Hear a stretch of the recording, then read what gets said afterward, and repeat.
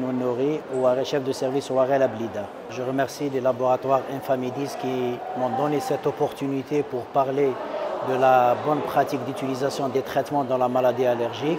C'est dans le cadre de ce 14e congrès euro-africain d'immunologie et de pathologie inflammatoire chronique. La rhinite allergique, elle occupe une partie importante dans ce qu'on appelle, nous, les maladies inflammatoires chroniques du nez.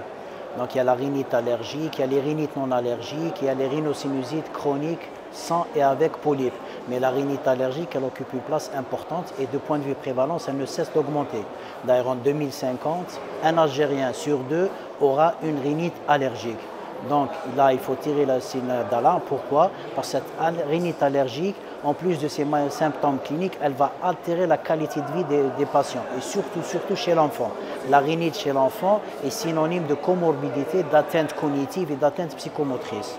Cette augmentation de la prévalence, comme vous le connaissez, elle est corrélée de façon significative ou pas par rapport à l'industrialisation de notre société. Parce que là, il y a plus de pollution, il y a plus qui prédispose les Algériens à développer cette rhinite allergique.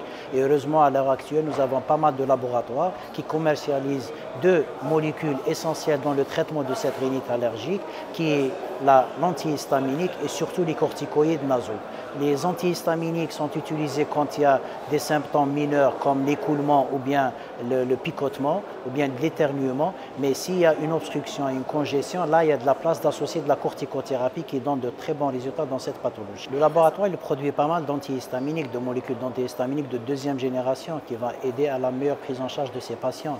Et là il est en la promotion de deux corticoïdes nasaux qui sont traités dans la rhinite allergique et une autre molécule qui est traitée dans la polypose nasosinusienne. Mais à côté de ces produits qui existent là, pour tirer le maximum de bénéfices par rapport à ces molécules-là, il faut toujours être dans l'éducation. Comme vous le savez, toute pathologie chronique, ça diminue l'observance au traitement, surtout chez les enfants.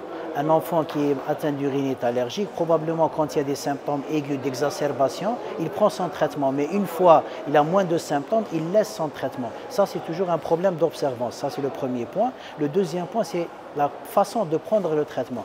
Je l'ai constaté dans la pratique que pas mal de malades ne prennent pas correctement leur traitement d'une façon très efficace. Et c'est le but de mon intervention dans ce symposium, comment utiliser correctement ces corticoïdes intranasaux.